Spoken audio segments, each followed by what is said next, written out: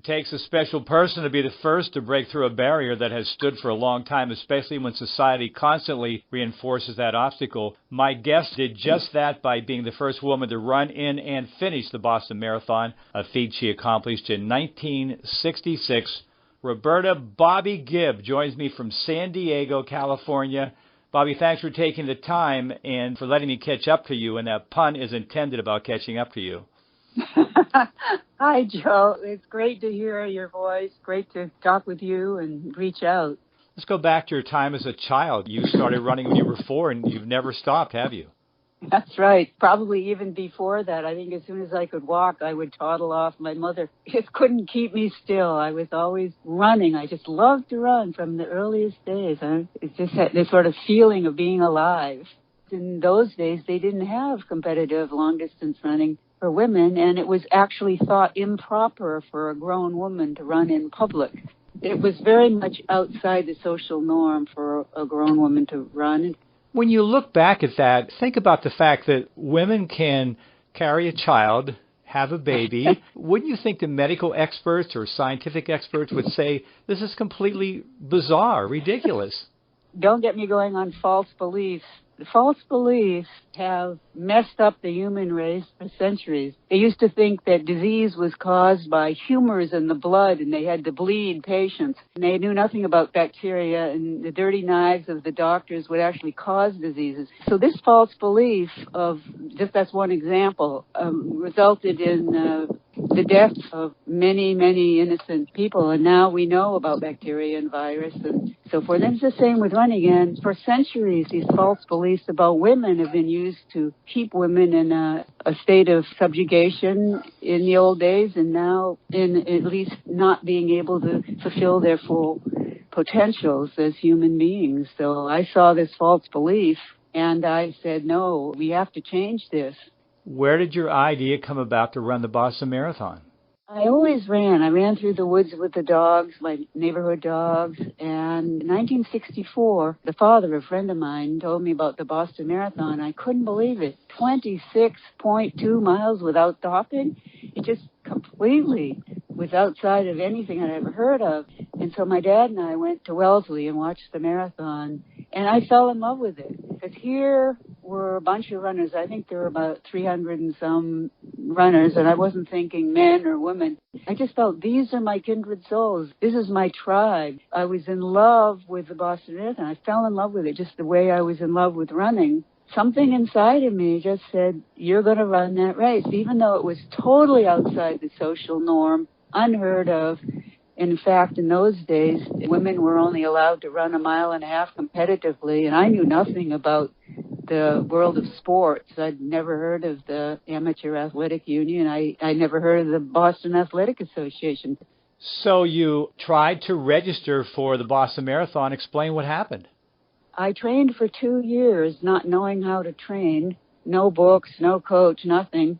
Part of that training, I took a trip in my Volkswagen van across the country with my Malamute puppy. That's how I trained for the Boston Marathon. Slept out at night, and during the day I ran in a different place all across the country. I was in love with this country. I'm still in love with this country. About March of 1966, I wrote for my application to run, and I got a letter back from Will Cloney, the race director, and said, women are not physiologically able to run marathon distances. We can't take the medical liability.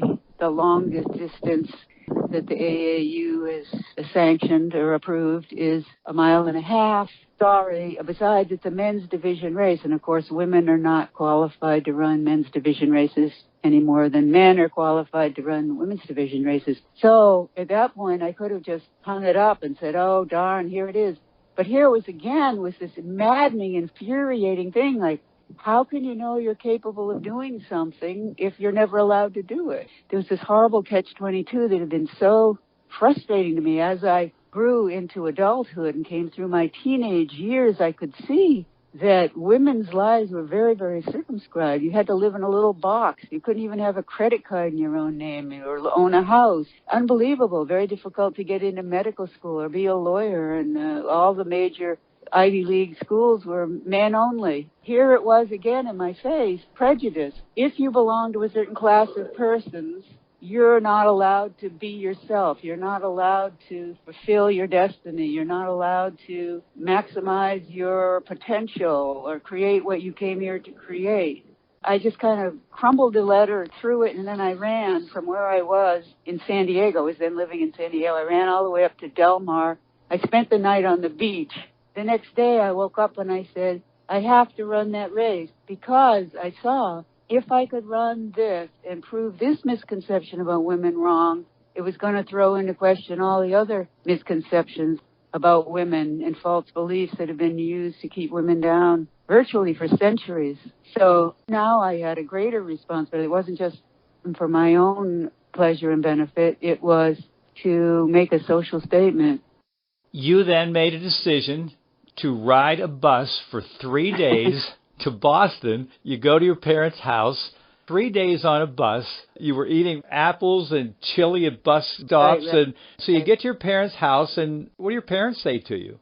My parents thought that I was really delusional. My dad thought I was delusional. See, I had not told them that I was training for the marathon. I trained for 2 years for this thing. They didn't know that because I knew if I told them I was training for the Boston Marathon, they would be very upset and they would put all kinds of pressure on me not to do it. So I didn't tell them. So I got there, and my dad actually thought I was delusional. Poor girl, somehow she thinks she's going to run the Boston Marathon. And then my mother, I don't know what she thought, but my dad went steaming off. No, he was afraid I would hurt myself, possibly kill myself, die trying if I tried this thing. You are not to leave the house. So I turned to my mom and I said, Mom, I have to run this. I've been training for 2 years. I have to run this to set women free, to change the way people think about women. And she was a very intelligent and beautiful woman who had been frustrated and had to give up her dreams because that's what you did when you were a woman in those days. You had not much other way of supporting yourself besides getting married. And of course, I wanted to get married and have kids. I said, Mom, I've got to do this. I could see she was moved. She was touched. Her lip began to quiver, and she said, okay, I'll drive you. So we drove out along the marathon route. And I'm looking at this route, and I said, oh, my gosh, it's 26 miles is a long way. You decide that you're going to hide in the bushes until the start. Explain the way you're dressed because you didn't want people to see that it was a woman that would be running. So what were your feelings? You had to be nervous, scared? I knew I could run long distance because I had run 65 miles of the Woodstock 100-mile run that fall, in the fall of 1965. And on my cross-country journey, by the time I got to Nevada, I could run hours. I would see a distant mountain peak, and I'd spend half the day running to the top of the peak and back. To me, it wasn't a competition, so I wasn't worried about competing. And as far as my training, I knew I could run it. I mean, I was running 40 miles at a stretch. I wasn't scared about that, but what I was worried about was that I would be arrested or that the officials would keep me from running because I knew I was doing something that I wasn't supposed to be doing. So I had worn my brother's Bermuda shorts over my tank top bathing suit, and I had a blue hooded sweatshirt on with a hood pulled up, my hair pulled back in a ponytail. And I said, how am I going to do this? And so I went running around Hopkinton looking, where can I hide to get into this race? So I got as close as I could to the start, and I found a little clump of bushes there. And I said, this looks like a good place. I can jump into the race. And then I went out behind some buildings, and I thought you had to warm up. And, of course, I'd eaten roast beef the night before and apple pie and all the wrong things. I had new boys' size 6 running shoes because I'd done most of my running training in nurses' shoes, but then the boys' size 6 running shoes. And so I went out and ran up and down in an alley, probably 40 minutes or so. And then I came back to my little clump of bushes. And when the starting gun went off, I waited till about half the pack went by, and I jumped into the middle of the pack and started running. Then some men who were extremely observant looked at you and said, that doesn't look like a guy running. What happened then? It was funny because they were studying me from the rear, and I could hear them, is that a girl? I knew I had to keep it upbeat. I didn't want anyone to feel threatened. I just wanted to run with the men. I wasn't running against them. I wanted to end this stupid war between the sexes. No, and show that men and women can enjoy all of life together and follow their own path, whatever it is, as individuals. And so I was keeping it upbeat, and I turned around and smiled and laughed, and they said, "It is a girl," much to my relief, because they could have easily shouldered me out of the race if they'd been hostile, but they weren't. They were supportive. They said, "I wish my wife would run," or "I wish my girlfriend would run." And so we started talking, and, we're getting acquainted with each other as we're running along. You had a lot of pressure on you because you really had to finish, and those last couple miles were torture, weren't they? Yeah. Well, what happened was we were running along at pretty much a sub 3-hour marathon for most of the way, all the way through Wellesley. We got to Wellesley. That was a high point.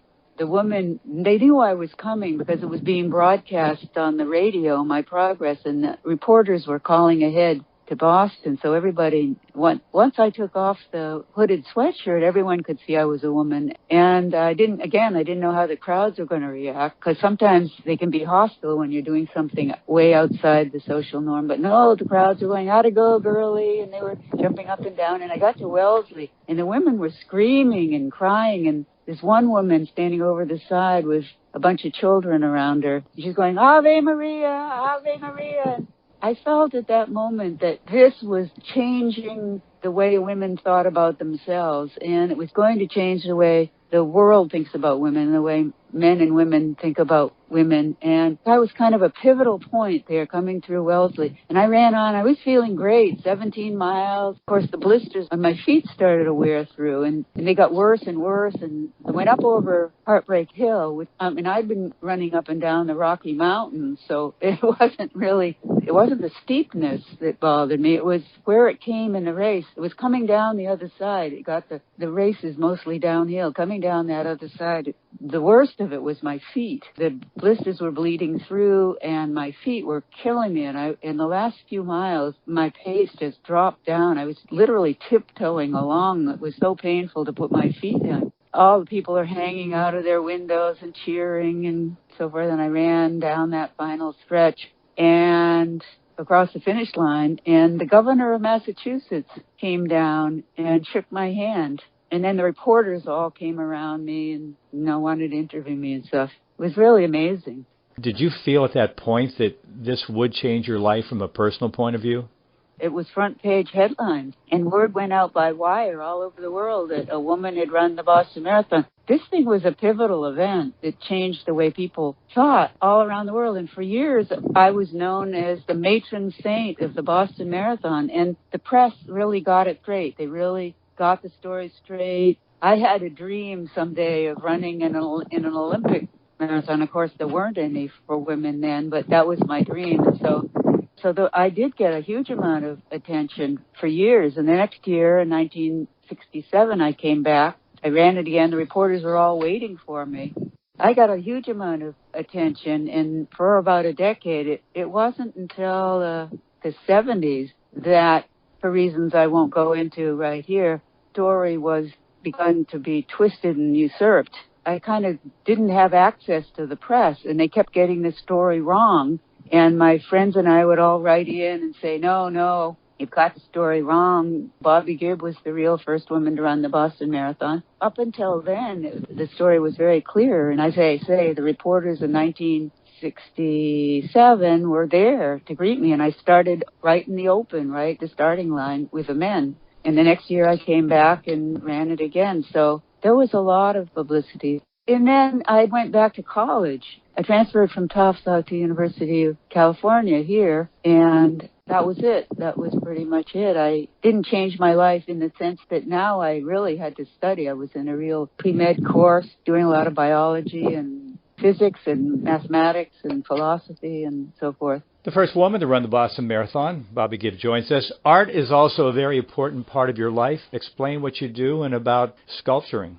Actually, when I was at Tufts, I was not only studying biology and physics, but I took night courses over at the Museum of Fine Arts, and then I transferred into the day program. And I studied sculpture, and I love to do sculpture. I love the human body, the human form. I do portrait bronzes of people and a lot of athletes. Recently, I sculpted a life-size sculpture that's going to be placed in Hopkinton at the start of the marathon. And I also paint and do murals. Now, since the COVID, I've been kind of shut down here in California, stay at home most of the time. So I've been doing a lot of painting. Some final moments with Bobbi Gibb, the first woman to run in and finish the Boston Marathon. What is the future for you? Working to make the world better. That's what I've been doing my whole life. Make people's lives better and create sculptures and paintings. Working on a film, which is extremely creative and exciting. Writing more books. I've written a couple of books. I'm interested in economics, too. I've done a lot of studying in that, writing in that sphere, and how to make an economic system that's fair to everyone, creates the greatest good for the greatest number. I'm very interested in that, and solving the world's problems is one of my big efforts, and so I continue to do that. Bobbi, thanks for joining us. It's really been a pleasure and honor to be able to speak with you. We'll talk down the road, once again using those running puns. Thank you very much. Okay, great.